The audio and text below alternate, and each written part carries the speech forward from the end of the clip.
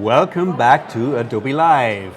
We're streaming live here from New York City at the 99U conference, which is at its 10th conference. Oh, wow. Imagine that, 10 years of 99U. Like I said before, 99U in 10 years, that's 109U, right? If they do 99 conferences, they're going to have to change exactly, the name. yeah. So welcome back. For the next hour, we're going to be here with Aundre Larrow, incredible photographer. We're going to be looking at his work. We're going to be maybe talking a little bit about your creative residency very shortly, because of course Aundre was a creative resident for 2017-2018. Yep. Just now finished. it's over. Are you sad? I have 1 day left. 1 day left. 1 day left. It's going to be a very emotional. A very emotional day. Okay, so no outside. crying here on the live stream. Hey everyone in the chat. Men in white. Yeah, that's us. That's. Yeah. Oh yeah. Oh, Rufus and his guests have matched all day. Tomorrow I'm gonna call everybody and say, hey, today I'm gonna be wearing black. So match me. All right. So welcome back here in the chat. In 30 minutes, we're gonna be looking at some portfolios as well. So bear in mind that Aundre is a photographer.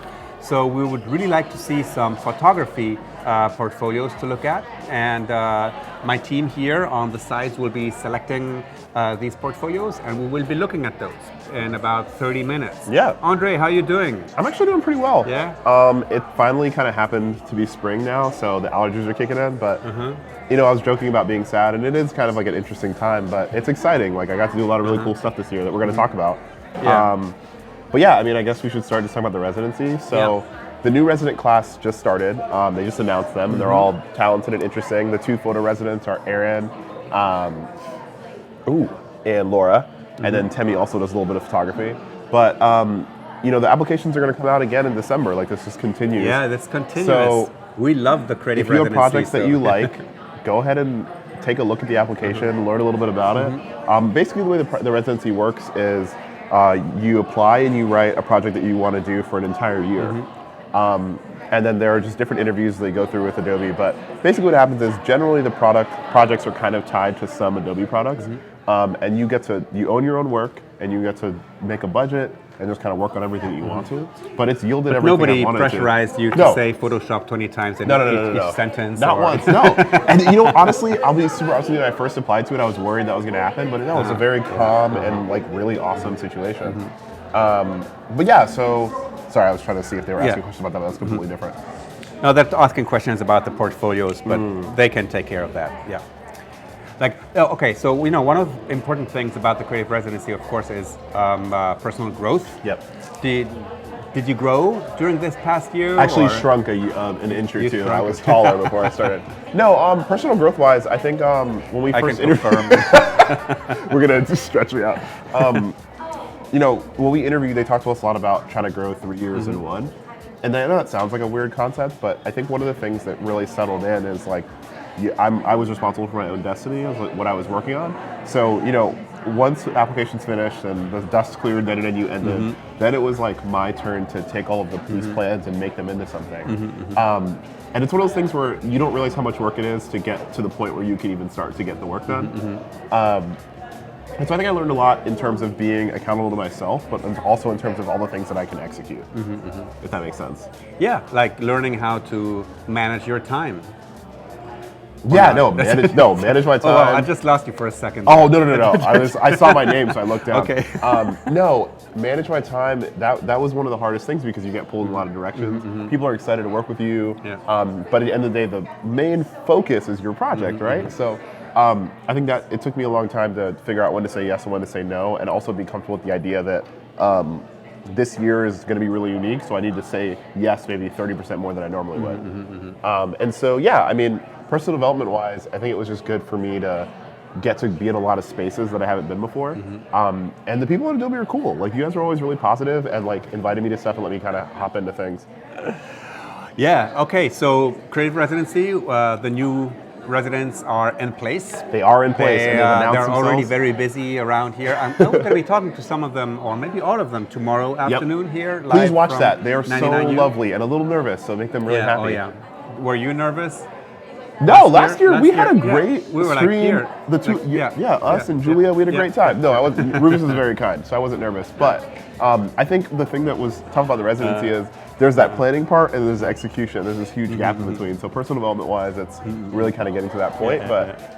Yeah, no, you guys really set us up for success. So I'm happy with the outcome. Awesome. So Aundre, there's a few projects that you wanted to show us today. Yeah. And let's begin. Yeah, let's just get into it. Let's the Aundre show. Yeah. Live on Adobe Live. Oh man, people are saying I should have my own show on here. Yeah. It's all right. I'll just stay for hours. Yeah. No, he's going to be hosting for the rest of the day. there's no other shows planned. So basically, to talk to you guys a little bit about my work, I was one of the first photographers in the residency. So Julia and I worked on things separately, but both of us worked on projects that were about travel and about how our sense of place impacts us. So my project was called Stories from Here. And we're going to kind of start there, and then we'll retroactively go back. But the way Stories from Here works is I traveled through the U.S., and I went to, I think, 10 different cities. And I talked to people about their sense of identity and how that was established. And so a lot of people, especially, I don't know, like internationally, because you've been a lot more places than I have, I think it's really fascinating in America, particularly, that so many different states can have so many different microcultures. And that's really rooted in the fact that so many different parts of America. Oh, sorry. So many different parts of America. Sorry, guys. I have allergies. I'm looking like an old man. So many different parts of America were settled by different groups. So Puritans, like Spanish nations, all these things. And so you learn all these things that subtly impact the culture. And so my project was all about that, and it was about lived experience. So this is actually built on Portfolio. Little plug. Adobe Portfolio. Yep. That's directly tied to your Behance portfolio. And as you can see, it does pretty cool stuff. Oh, it looks great. Yeah, it looks great. Like if you see, I can do these rollovers on top of this stuff. You go ahead and click through. We can stop and just kind of look at them. But the way the stories worked is basically, it was an editorialized story where I went ahead and spoke to different people throughout the country. So this was someone I spoke to in Chicago who grew up in Italy. As a Ghanaian person, and then talking about finding his identity, moving to America at 16, and then trying to reconcile being Italian, Ghanaian, living in America, and like what that meant. And so these were all, the concept was to try to make immersive portraits that were about lived experience. So there's a written part, an audio part, and obviously images, because I'm primarily a photographer. And you guys can see us all on storiesfromhere.com. Val put that in there. But basically the idea is, and once again, this is all built on Studio, which is great because I actually had a lot of fun finding typekit fonts for this. Because I weirdly do love fonts, fun fact. But yeah, so Stories from Here was my main project that I worked on. So this kind of took me all sorts of places. So I went to El Paso, Texas. I went to Austin and San Antonio and Los Angeles. Providence, which is where Brown is, and New Haven, which is where Yale is. And so the idea was to try to find these places that had conflicting narratives about the people that live there. So you can kind of find if there was different shades of identity. And so yeah, I mean, it was really good to me. I had a lot of fun during my residency. And so the rest of the stuff we're going to talk about is still all about, Liam. I didn't know it did rollovers either, but look how cool this is. You just have to make GIFs that are under, I think, 1.8 megabytes, but you can do that on Photoshop pretty easily. I didn't know if we were, should I say that? Is that too much? Is that too much information? No. Okay. What? No, yet. Only you said GIF. Is it when you GIF? should say GIF. Oh. No, I have no idea. Oh, no. I'm not trying to start an argument. Let's not start that debate here. No. So yeah, just run through my work normally. So my work is a lot of portraits, and it's about various shades of human emotion. And so color is really important to me. Setting black point's important to me. And how you use shadows and how they pair with the highlights to give you amounts of detail. So one of my favorite things I ever learned about photography when I was in high school was there's a book we got, and it said that the camera lens is designed to be like the eye, but unlike the eye, it can't differentiate what's most important. And so as I've spent more time as a photographer, besides focus and light and all those things, focusing on light and shadows is really nice because your eye will always be drawn to that bright part. So yeah, the glows, all these things are kind of really important themes of my work. This was actually during Fashion Week last year, right before I started the residency, which was great. And I think I showed this to you last year. So yeah, let's kind of get into it. So this is what my Instagram looks like. We can kind of just hop on and talk about a couple projects. So right now, I'm doing a project about how to shoot and edit darker skin tones.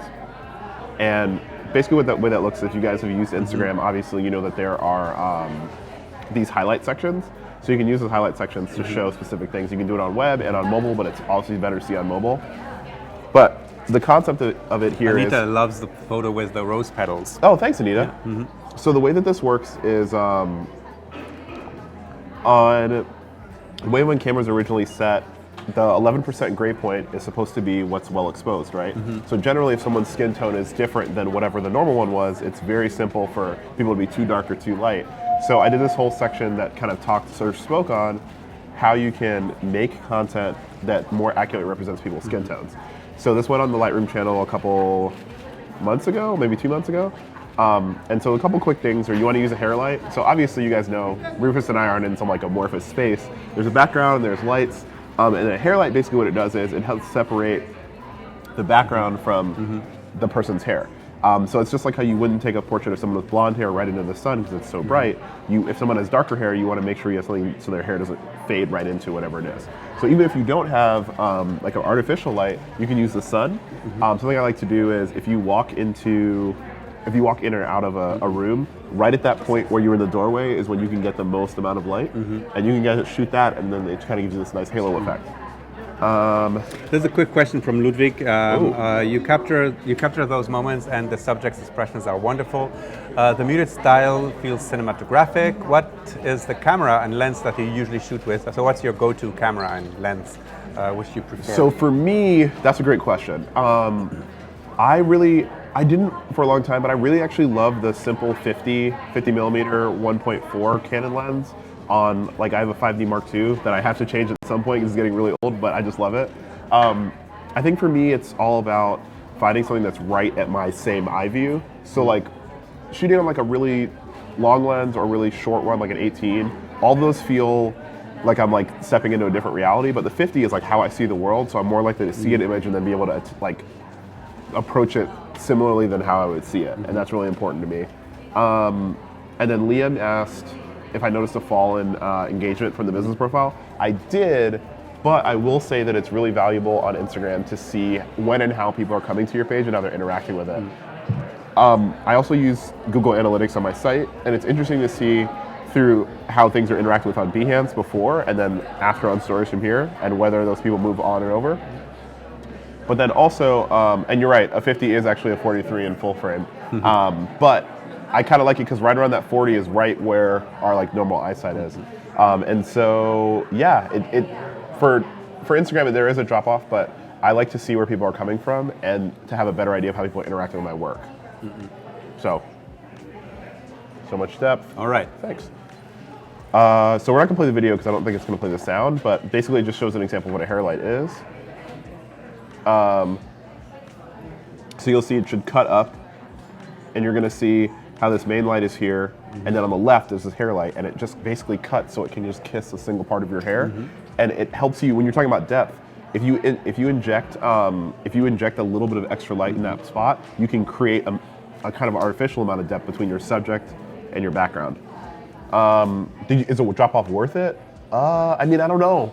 I like to be informed as to where my things are coming from. And I think that at some point you can work back to it. So I thought it was worth it, but it just depends on the person. And she asked, Anel asked, how do I find work? What do you mean by that? What does she mean by that? Do we know? Just like work in general? Yeah, I guess, but... Well, during the residency year, I got to work on stuff that I liked and stuff I thought was interesting. So I have a journal where I write out things, like thoughts and specific things I have. To inspire myself, and then from there I'll like try to write out every possible way I could get it done, and then I'll sit in a couple days and I'll work on it later. Clients reach out. It depends on the project. So I always try to be really active on social to see clients and brands that are ones I want to work with, and I'll make sure I send them a message or an email just to let them know about my work. I'm just a big proponent in like people aren't going to want to hire you if they don't know you exist. So you want to do your best to just kind of get yourself in front of people, and then also be present at stuff. So like if you want to work with clients, like if you want to work with Nike, then like when there's SneakerCon, you should be at SneakerCon. if you want to work with, like, I met some people at Max that I ended up working with later. So it's also putting yourself in person in position to show people things in person, because you want your work to stand out to them. And like part of it is your personality. Liam said, thank you. Thanks, Liam. Kevin, how do you price your work? It depends. It depends. I mean, it depends on what it is. Are you trying to take photos of like your friend Lee, and she needs headshots or something? Then like if you want to price that so it's at cost, then that's what you want to do. But if it's like a client, you want to start every conversation by asking them what their budget is and what they're thinking, because then you have an idea of where your wiggle room is. You don't just want to go in and like make a bold statement and then be like, all right, do what I say, because that's not how conversations work. So pricing is always going to be on a spectrum, and you have to ask yourself what your time is worth.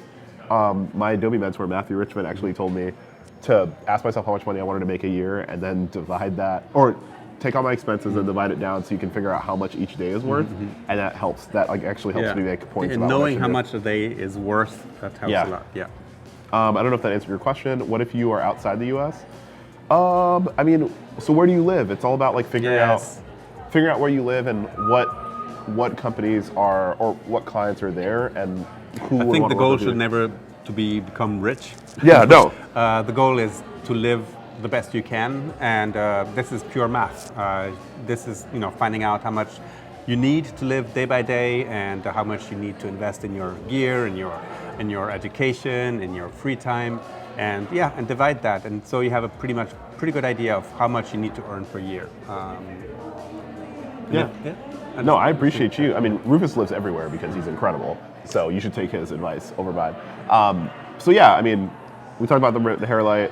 Second thing we talked about is undertones. So fun fact for photographers out there, everyone has undertones. Everyone of every skin tone color is somewhere between a warm undertone, a medium undertone, and a cool undertone. So cool is in, not like this guy's awesome, cool is in a blue, and warm is in like yellow, brown, or whatever. And generally, people's skin look better when you put them in front of undertones that complement them.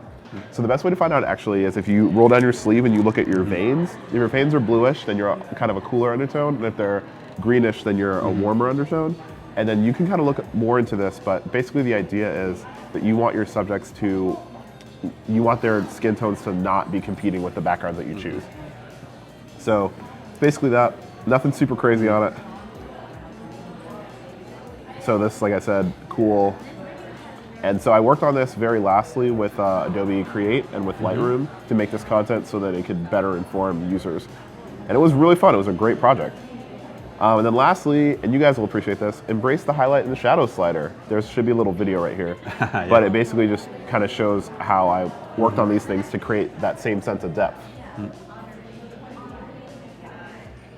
Honestly, screen record is my favorite thing. On my phone, the what? Oh, screen record is incredible. And like when someone asks me a question, I can just send them a video. Yeah, do this. So yeah, that's it for this part. And Maximiliano Ortiz says, does Aundre recommend showing off every creation or just the top-notch ones? I would say show the ones that you want to be doing. Show what you want to be doing. Someone said this a long time ago, and you probably said to me last year. A lot of times will get hired for the work that you've already done, but if you want to try something new, then it's on you to make that happen. And then once you feel like you've done it to a point you're comfortable with it, whether it's you do it for yourself or you do it for like a friend or something, then you show that. But the best thing you want to show is whatever relates to that person you're trying to get hired for. Like if I'm trying to shoot basketball, like I don't want to show as many portraits. I mean, they're cool, but they don't matter, you know? Yeah. All right, so yeah, let's move on. All right, let's keep going. Time is running out. Oh man, okay. Yeah, it's like, let's see. So I did a project with the Warriors, and it was probably my favorite things I did this year. So the Warriors, for the international folks and the non-basketball folks, the Warriors are the current NBA champions. They're a basketball team, Steph Curry, Kevin Durant. And so every year, NBA teams are required to do something called Fan Night, where they make content that's specifically for fans. And the idea is that they can feel empowered to feel like they're part of the team. So they make t-shirts, they do all these videos, they do all this like really cool stuff. And so this year I got to work on it with them. And so I'll give you guys a little look. I was nervous because I was like, I wonder if your commands works the same as mine. But yeah, so I got to interview a couple different people, and this is kind of 3 stories from here. So this was a family with a kid who has Down syndrome, but he's a huge Warriors fan. And all the projects there in these videos that you can see later, it talks about how fandom has brought these families together. So we went and played basketball with them. Just as a quick aside, this is my first time using a scrim. So if you guys don't know, a scrim is basically like a giant one of these that acts as a diffuser. And it was actually super awesome to have a whole team to work behind me to get things done. Because you guys know if you shoot in the middle of the day, you normally have really stark shadows, but here, these are really even. But it was great. I got to interview these fans, talk about this project. It was something like a cool way to end the year. And then I got to go to the game and watch everyone put these t-shirts on. And so yeah, and then I'll show you this other one that was great. We have to go to some iconic basketball courts in Oakland, and Oakland's a big basketball city. It's where Gary Payton's from, Damian Lillard, and as a personal basketball lover, it was like really a big honor for me. And so we got to talk to all these families. This guy actually, the Warriors, before they won 2 years ago, or 3 years ago, they were the, what was I going to say? They hadn't won since 1975, and this guy was at the game in 1975. So we talked about that. It was really cool. No, I remember that they didn't win for such a long streak. Oh, whoa. Heck yeah. And so, yeah, we're going to talk about a couple other things, but you guys have any questions? Balance workflow. Have you found a way to balance workflow between Lightroom and Photoshop? So, personally, I lean on Lightroom really heavily. And now that I've gotten in the hang of CC, I really enjoy it. And as the new features come, I think it's going to become even more powerful. So I think over time, it's just a question of I only use Photoshop to do certain things that are easier. So like touch-ups, if I'm smoothing someone's skin, like things like that, so that it's not like super distracting. But yeah, I basically just work through Lightroom because then it's really easy to send the work to clients through web. Like it's much easier for me. Biggest failure? How did you overcome it? Oh man, I don't know. There's a lot of them. You guys are only seeing good things. I think that's that's c'est la vie. Yeah, I mean, c'est la vie. The biggest thing for me is like I'm always going to be my biggest fan, so I have to be really comfortable talking about myself and dealing with rejection. But you know, no's aren't always bad. You know, sometimes you learn things from them, sometimes you don't. Yeah, I mean, lots of failures. I don't know where to start. I think one of the I wouldn't even call it a failure, but one of the things that happens to every creative professional is get screwed for payments and things like that in the beginning, and then you learn. like you learn how to avoid certain types of clients, certain types of jobs, and failures are just opportunities to learn. It sounds Rufus cheesy. Rufus is a wise man. No, it sounds cheesy, but it really is. So cool. What else do they say? How did you build such an awesome career so young? Well, I'm actually 85 years old, so joke's on you. No, I got really lucky. I think that a lot of people, the thing we always forget is as we start to make work, we are really pigeonholed into what we're making and what's going on. And a lot of times if you just make yourself available to others and being present, people will give you the opportunities to work on things because they can appreciate your energy.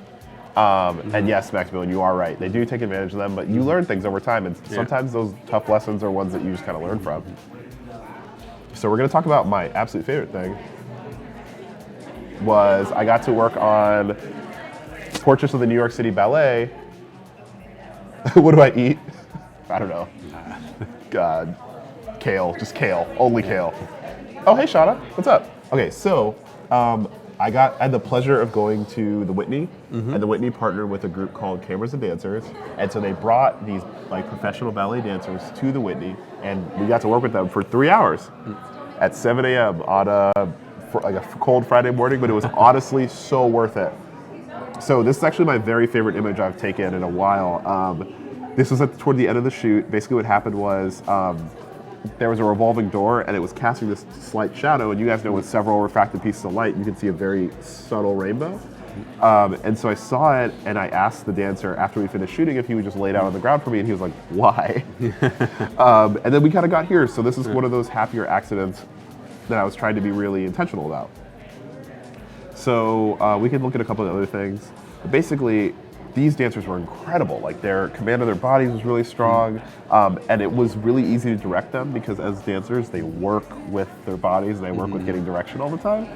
And so I kind of worked with moods. So if you guys are curious about the light, there's actually one singular huge bay window that's right here. And so I would move them on or off the wall to kind of get a better perception of depth. This was all right next to that revolving door I told you about earlier. And so even though I did some other things, I really always enjoy taking portraits of folks. And really like ask them to move and bend their bodies in a way that accentuates how powerful they are. Here, we'll scroll. This photo is hilarious. So it was, I don't know, 20 degrees outside. And so we had them, I was standing like 3 stories up shooting down with an 85, and we had them run out and dance for 30 seconds and then run back in. And so I kind of would just try to direct them and then pray that they weren't freezing. But it was great because, like, as you see as I was shooting these, I really tried to accentuate this idea that they're these like beautiful, almost like statues. So you can kind of see what I was trying to work on, and you can see that, like I said, there's a singular light, and by moving them around, you can get that sense of shadow, or sense of light and shadow by putting a certain point further away and then shooting at a low aperture. This point. I realize you guys can't see what my hand's doing, so I gotta stop doing that. But yeah, I really enjoyed it. We could put a GoPro to show what your hand is doing. But Oh, no, it's okay. just kidding. I was like, that would be so weird. What app do I use to record your screen? On my iPhone. You can just use if you update to 10, right? You can just scroll and do that. Mm-hmm.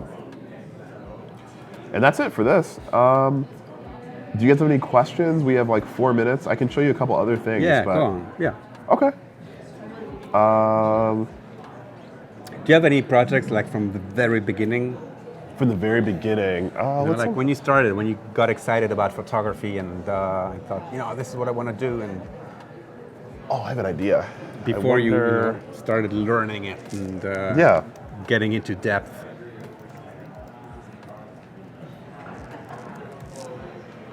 Oop. I find it fascinating using someone else's computer. Oh, because of the slash you want? Yeah, but it's okay. Let's see if we can find some old photography on here.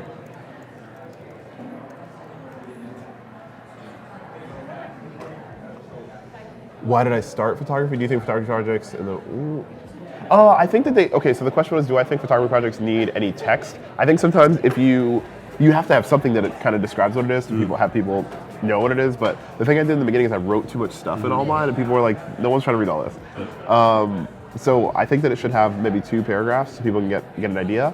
And then why did I start photography? A couple of different reasons. I really enjoyed it when I was in high school. So these are some photos I took when I was in high school. So I'm 26 now, and I took these when I was 14, so it'd be nice. But these were all things that I would just kind of play around with. So this is actually my very favorite photo I took when I was in high school. We were getting ready to do a big production for a play, and we were getting ready, and everyone was just kind of sitting in this moment, and it felt very anxious in this way that I really respected. But yeah, as you guys can see, like here, what I should have done is maybe moved this person's face a little bit to the left so that they could have gotten a little more light on it. Kind of appreciated maybe take a step back to get this nice crop of him kind of standing out. So there's a lot of things that I could do better. So you're thinking a bit more about composition. Yeah, because these are all just things I thought looked cool, but like I didn't have anything interesting going on. At least the picture I took of my grandma. Because good composition takes any image like up a notch, right? Yeah, because it has to be like visually appealing. And so, yeah, these are all just like random things I took photos of. I took a lot of portraits when I was in high school because I liked my friends, and that was what was available to me. So yeah, nothing super fascinating, but it is what it is. And then here, let me show you guys. The one thing I would say is, yes, it's a great idea to go back and evaluate your work. Obviously, when you're talking to clients, don't show them your old stuff if it isn't up to what you want to do. But it helps if you go back and ask yourself what you were thinking. The number one thing I'd say that I've learned this year is if I can't explain what I'm thinking by writing it out, then I didn't think about it all the way enough. So like being able to say like, all right, I want to shoot this here, like this image, for example. I shot this here because I wanted to set him on a slightly different part of the background so he stepped out more amidst this very green area. I wanted it to feel very like wild, and I wanted to shoot it low so that he felt very like large and strong. So like being aware of why you're making decisions is really important. And for me, I always try to ask myself when I'm like watching TV or looking at an image, like where's the light coming from and why do I feel this way about the image? And then from there I can like work on other stuff. But yeah, we have like 7 seconds, but this is my work. I don't know, how are we doing for portfolios? Yeah? Okay, cool. Awesome. We got stuff to pop up? 7 seconds. Oh. Yeah, no, okay. There One last image of yours. Oh, leading the bar? Before we move over to the portfolios. Oh, totally. Here's your image. Yeah, Ludwig, so this is a good one of Undertones. If you notice, he has very red undertones. So I waited to shoot him in the city in a part that had some very subtle reds. So we have these kind of worn chairs, we have this stuff here, and all of this red, just to have everything kind of step up. Favorite part of photography? I don't know. I think that everything needs to work together. So if it makes sense, then it works together, and then the favorite part is just getting it done. If that makes sense. And Ludwig is asking, he's a designer, he's a designer, photographer, how to present combination portfolio. This is for you. I don't know. Yeah, I would personally separate the two things because it's two different focuses, right? That's true. So maybe your photography blends in well with your graphic design, but I think they're two separate things, and if you put them together, people don't know what you want to do. Is it a photographer? Is it? So I would, if you do both, if you enjoy both, I would separate them. I think it's helpful to separate.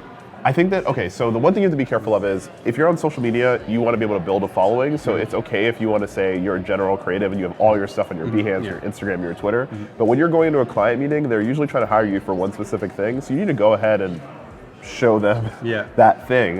You can say, I also do photography, but we're talking about clients earlier. Be careful not to paint yourself into a corner. Don't say like, I do photography and all this stuff, and then you're going to end up getting paid for one job and doing 12. Exactly. So be careful of that. Yeah.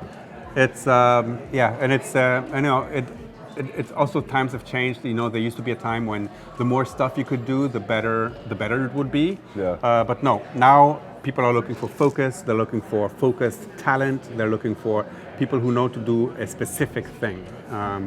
And that's what the client is going to bet on, right? Yeah, I like Aundre's photos. I like how he uses light and shadow, and that's what I want in my project. And that's why I would hire him.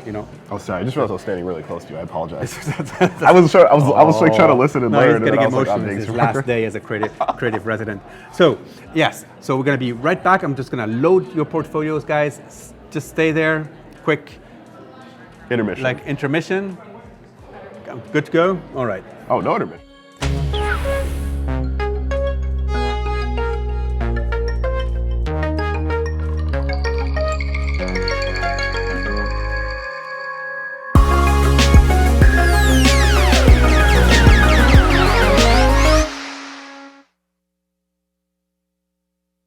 But I'll be done in 25. All right. So, we're back. I just opened the portfolios that were submitted. And we have Dietrich, we have Edmund, and we have Hazal. All right. So let's start with Dietrich. Yeah. And this is your portfolio review. Let's see. We'll start with the first thing. So first thing I always say is make sure that if it's a first image or a series of images, that whatever the person lands on that page is your absolute best stuff, and it makes them want to click on it, but also it's a diverse amount of things. So already I'm seeing like a nice amount of light. I know that when you hover, this kind of makes it a little bit darker, so I'm kind of curious. Thank you. Rufus and I went shopping this morning together. What's happening? Oh. So we have this portrait. Okay. I'm just gonna scroll through these and look at them once. Wait, was this on portfolio? Yeah, first of all, this is on portfolio, so nicely done. Second, I'm curious why this was the first thing that you chose. I would say that the second grouping of images you picked had a more interesting mastery of light.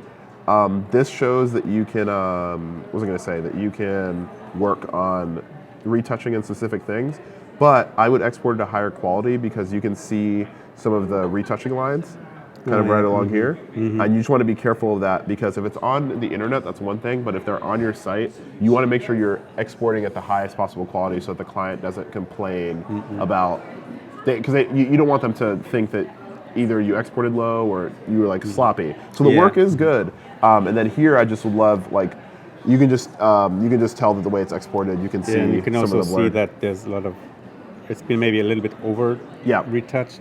So I would say like right here, Dietrich, you want to go ahead and pull down the opacity on this filter or on the layer on Photoshop, because then, or use a blending brush instead and just bring it down to like a kind of a wet mixture, and it'll work out really well for you. But this is a strong image, and this is something that like this first image tells me that you want to work for beauty brands. So with that, it'd be good to see a couple widers. Like, so if you're only gonna do 3 images, you want to do a tight, a medium, and a wide, so you can display a range in your work. This image is similar. So the retouching is better, but it's still like a little bit strong. So I want you to tone it down a little bit, not because I don't think it's good, but just because I want them to make sure that it looks fully like yes, the person. because one thing that people are looking for is like how to retain the structure of the skin, and not that it gets all blurry and plastic-like. No, and this is nice. So Dietrich, this is really nice light you have here. Nice light. And it's good to see you have 2 artificial light images and a single natural light, which is really great. You can see the styling's nice, her hair is nice, and you did a really good job of capturing her eye, which is really cool. So that's definitely something that's interesting to do. I really want to see the second one because this light is really strong. You had a really cool, this is a really nice hover. This is something like that last one, maybe, the last one maybe was more of a makeup or a beauty brand. This is something that you could work with in festival brands or anything like that. So you can kind of see this one. So this one's really nice, and I admit it's really difficult to focus when you're in bright light, but this is nice because it still feels like you're part of that moment. This one's a little bit softer. I maybe would have chosen a slightly different image because I realized you had to sharpen it a little bit for them to stand out, but you can tell it's blurring a little bit because of how the edges are looking. And so this image in itself doesn't necessarily speak anything. It's okay. This image is really nice. So we kind of went back to this thing and we see this person's joy, and I'm kind of curious there's 3 images. I'm curious if we could have something that is medium. The backlight is really great. Yeah. I mean, it really gives a shape. And I think, to your point from before, when you had, the help for your Warriors pictures with somebody holding, like Scrim. a scrim. Yeah.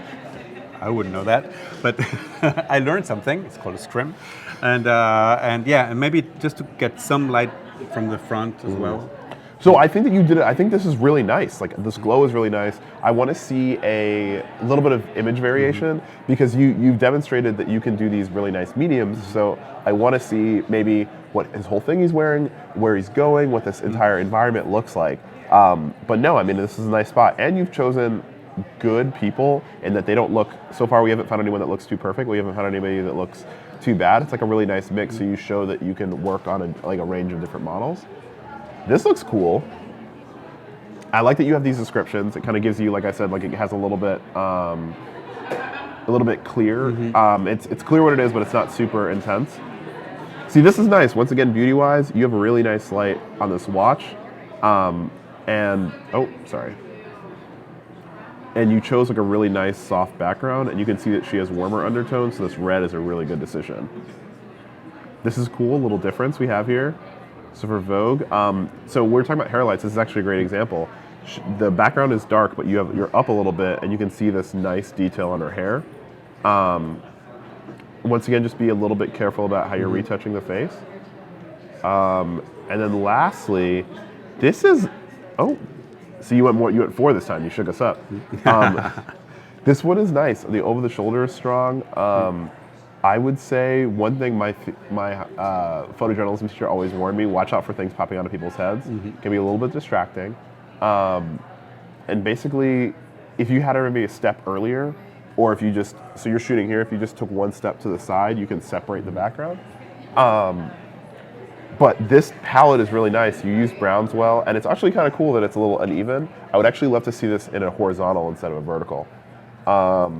And then lastly, this is a nice glow. We had some nice things going on here. This hair light is still here.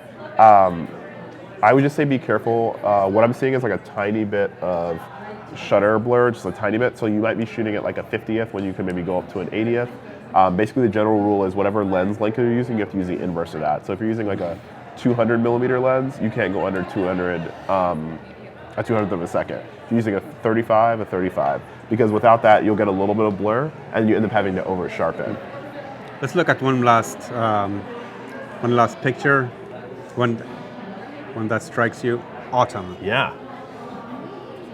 Nice colors. This is nice. This is really nice colors. You used a really nice aperture here, so you can see how it stands out from the background. This is probably maybe a 3.5 or a 4, which is great.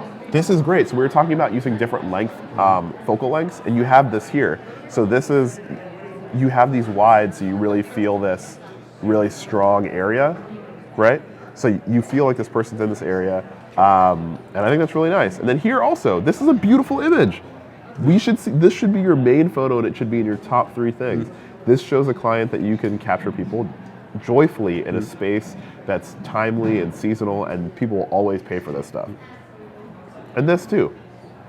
You got a little bit of backlight you can see, so it's gonna be a nice rim. Nice. Cool. Nice.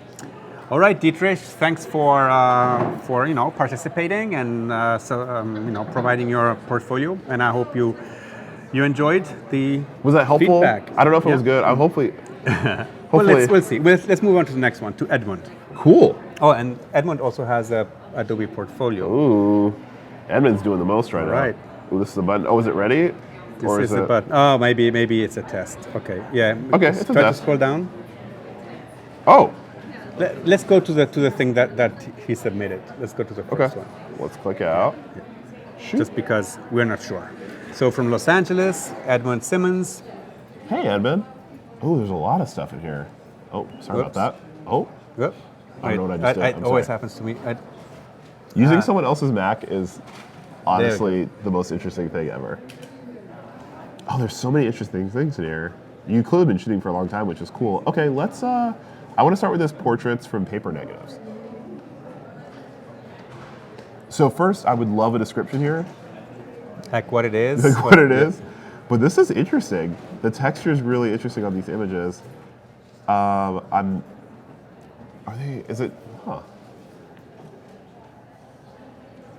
I'm assuming you said portraits from paper negatives. It's something where you're shooting or printing over a different kind of paper to give it this effect.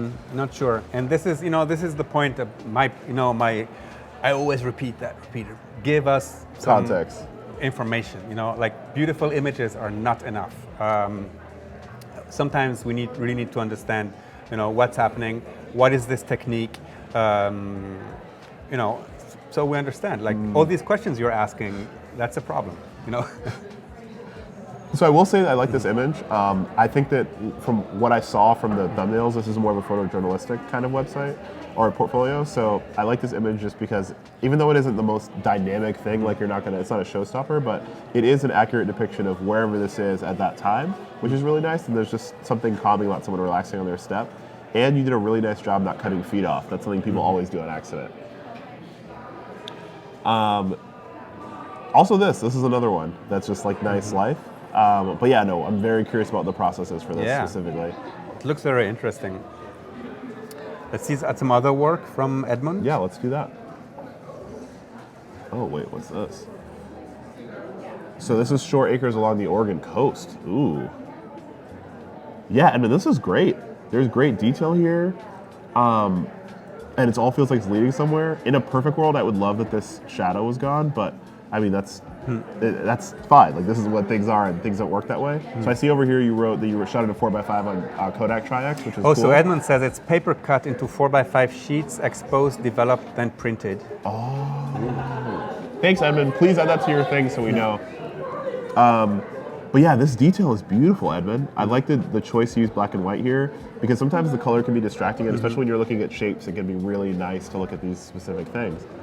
Yeah. This is great. I want to go to the Oregon coast now. Have you been there? Yeah, nope. Well, I've been there, but not to that place. Edmund, I would actually really love to see some,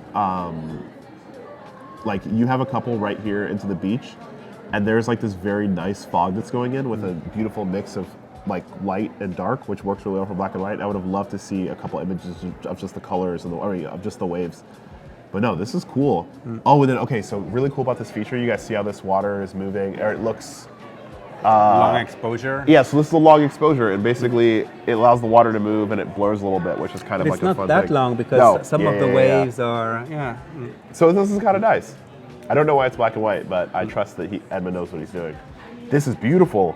Really nice grain here. This is just an image that if this place was important to me, I would love to have a print of. So yeah, I'm gonna keep going so we can look at some other stuff, but this was really, really cool. Let's see. Let's do your first one, LA to Hollywood. So you shot this on the Sony A7. It's not in film. And so I'm assuming this is a commute from LA to Hollywood. Let me take a look at it. Oh, there's a couple. Let's take a quick scroll through these. Okay.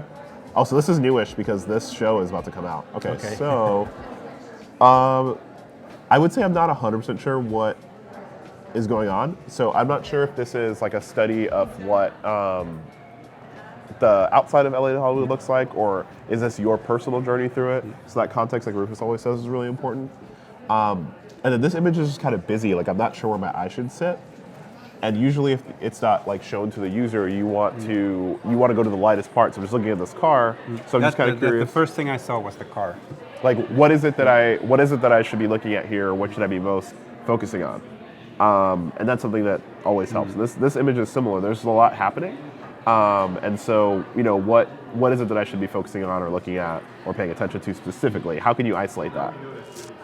So this, based on its size, is really fascinating. I see that you shot it through a window, which can be kind of a nice effect. Here, I guess it's a little distracting, but I think that this is interesting because it's like a kind of a contrast between the work that you were showing before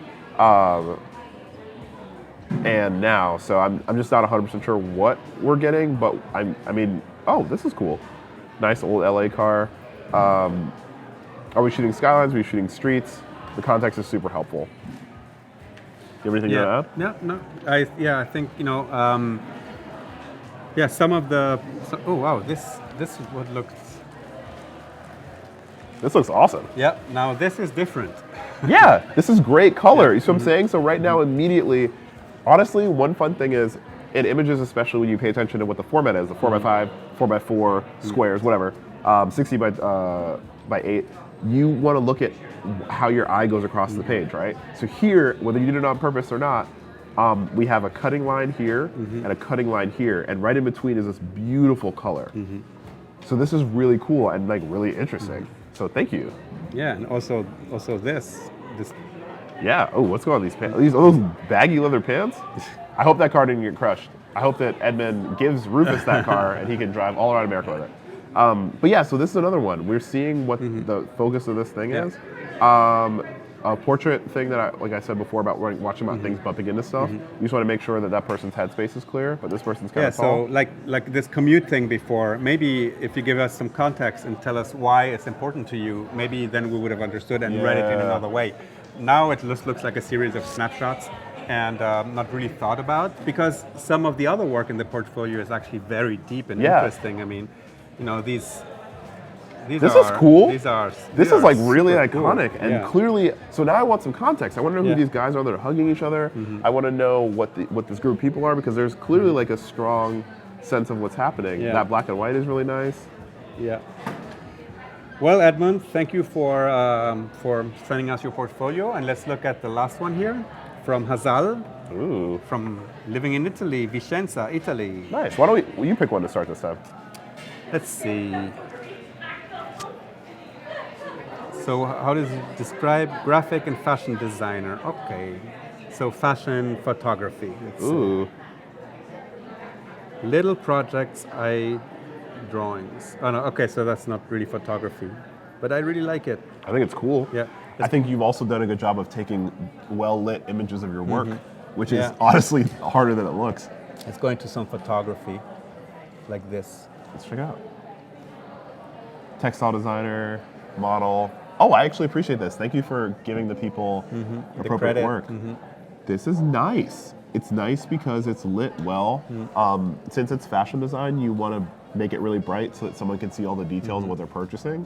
So this style is good. I mean, I want to know more about the specific thing, but this in itself does its job. I love that detail here. Yeah, the single hands. Yeah. This color is here as cool. well. Oh yeah, I didn't find it. I didn't see it love first. images where you slowly discover stuff. You know. Honestly, this is kind of interesting. I would love to see what this looks like outside of the studio, shooting it outside, and just maybe even doing like this photographer John Paul Douglas does this Found series. Have you seen it? No. He like leaves pizzas places. Ah. It's awesome. You should look at it. But basically, it's like that idea, and I would be interested to see how those things kind of pair together, taking some product photos and putting them in a lifestyle setting, but still embracing this kind of funny style. Here there is like a mix, I think. Ooh. Of. Oh right. Oh whoa! So this is land meets water. land water. See, so this is a great example. Rufus always talks about like describing things, and this actually helped us put in a good frame of mind. This is an interesting mix of stuff because this is like a lithograph plus like serious shades, and there's a little bit of painting going on. So this mixed Yeah, media is really black and fascinating. white and color. It's like. Yeah, interesting. Very interesting. This we is can re- see this is cool. The graphic design approach. You made a good decision with this color mixture. Yeah, this is awesome. I'm into it. Thank you. Yeah, very nice. In this one, I edit the photos in the design collection. Great. Okay. Cool. What's this Rune one? This one? Product photography. Product photography is actually, people don't, that joke is hard. I have a lot of respect for all the product photographers. It's not the easiest thing to do. Ooh, Yeah, nicely lit. interesting. Yeah, you use the shadows nicely here. So that main point is just running along here, but you're basically getting an idea of the detail of the bag. So this raw leather is really cool. Nice. I would love to see what it, oh, there it is. I was gonna say what it looks like on a person and what it looks like filled up, but It's for men between 25 and 35, it said. I can't. do you guys know Rufus is actually ageless? Oh, this is great treatment, actually. I really enjoy this. And the product photography is good. This is actually something that's much more difficult to do than I thought. Yeah, these are pretty simple. Okay, cool. Well, Farouk is asking, do photographers use Photoshop in the end? It all depends, right? Yeah, it depends on the project, who the person is. It depends on the story you want to tell. It depends on so many different things. Yeah, I like this rune thing. You want one of those bags? What? You want one of those bags? No, I'm out of the age range. It's a suggested age range. Oh, God, this guy. Let's see, one last thing. Yeah, let's do that.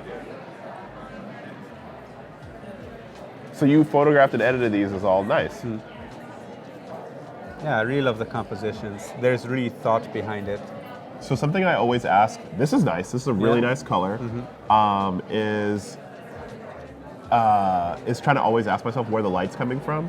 So here you can see, because there's these bright areas, that obviously there's a mix of light, but the stronger light is behind her because the stronger light's this way because you're getting a shadow right here. So you just really want to be aware of where that's coming from when you study other people's work. Here I see that you move the subject closer to the lens, closer to the light, so you can see how much the light's providing this contrast on this person's skin. I think it's really interesting. This, I think, in tones-wise, is the best one of the three because this last one was a little contrasty, but this is really nice, and you can kind of see this really natural tone. And obviously the light's coming this way, so you can see it how the shadow's kind of playing on their skin. Yeah, I love these, the use of colors. Oh, that's really nice. Yeah. Yeah. Great job, Hazal. Yeah, thanks, Hazal. Well, thank you for showing us your portfolios. I hope this was useful. And Aundre, what can I say? Hey, man. Now it's emotional. Goodbye forever. Yeah, no, goodbye. I'm just kidding. It's not true. Once an Adobe Creative resident, Always a creative resident. That's a cool thing because now I'm excited. The new residents are really kind. Please come back tomorrow and watch their stream. Are you gonna? Yeah, I don't know if I'm going. No, I don't remember. But yeah, tomorrow we're going to be presenting all the new creative residents this year. We have 2 in Germany again. 2 in Germany, 1 in the UK. 1 in the UK, which is completely new. And 4 US. 4 US ones. So we have photography, we have design, we have this program automation. goes on. It's gonna be. We're never gonna stop. Never going to stop. No, always better. Hazal, if you could just go ahead and send one of those bags to Rufus's address. And one thing I always want to say to the creative residents is that it is us who thank you because you gave us a year from your life. Yeah. You know, and time is the only thing we have to give. That's true. Yeah. Thank you. And on that note, stay tuned because we're going to be continuing in exactly 5 minutes live here from the 99U conference in New York City, the 10th edition of it. We're going to be live today and tomorrow. We're going to be back in 5 minutes. Stay tuned. See you then. Cool. Yeah, and they'll post my